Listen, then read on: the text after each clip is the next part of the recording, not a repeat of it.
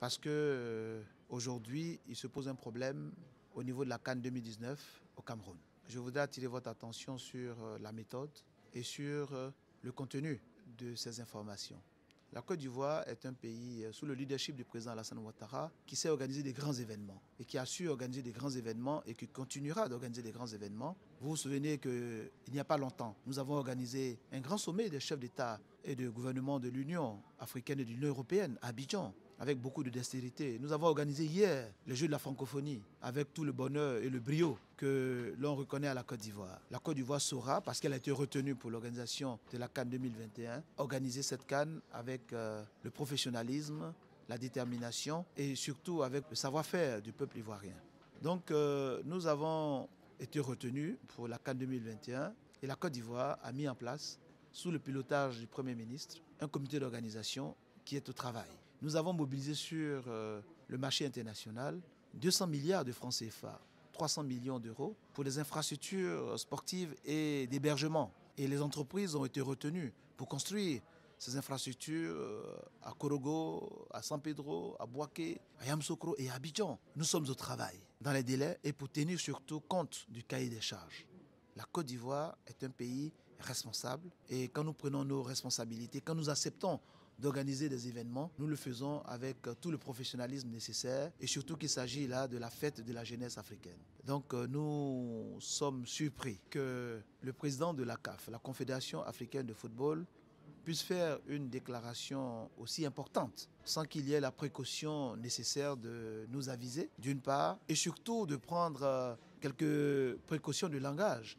Parce qu'en disant que la Côte d'Ivoire serait de toutes les manières incapable de le faire en 2021, c'est un jugement de valeur qui pourrait jeter l'opprobre sur les capacités de notre pays à respecter ses engagements et à réaliser des grands événements. Or, nous savons tous que la Côte d'Ivoire sait organiser les grands événements, la Côte d'Ivoire sait tenir ses engagements et la Côte d'Ivoire est un pays, certes d'hospitalité, de fraternité, mais aussi un pays qui sait tenir ses engagements sur le plan international et même au niveau du développement. Nous savons le planifier. À vous entendre, on a l'impression que les autorités ivoiriennes n'étaient pas informées au préalable de cette décision du président de la CAF. Telle est notre réaction. Nous attendons d'être avisés officiellement, d'être informés officiellement.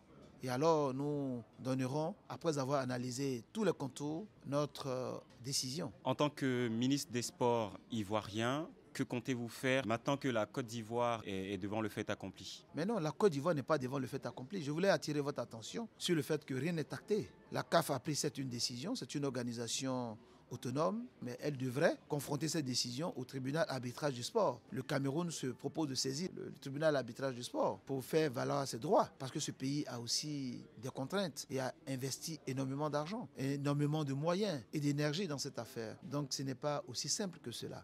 La Côte d'Ivoire n'a pas pour l'instant été saisie d'une quelconque requête de report. La Côte d'Ivoire n'a reçu aucune proposition pertinente. Quand nous serons saisis officiellement, comme nous sommes un État organisé, un État de droit, nous aviserons. Où en est la Côte d'Ivoire justement dans les préparatifs de cette CAN 2021? Je vous l'ai indiqué tout à l'heure que la Côte d'Ivoire a su mobiliser sur le marché international 300 millions d'euros, 200 milliards de francs CFA. Les entreprises sont retenues, les marchés sont passés et nous avons 24 mois pour construire ces stades. Donc il n'y a pas péril en la demeure. Les sites sont connus, les marchés sont passés. Et le Premier ministre, Amadou Gon Coulibaly, a lancé les travaux à Yamoussoukro. Les marchés sont passés et nous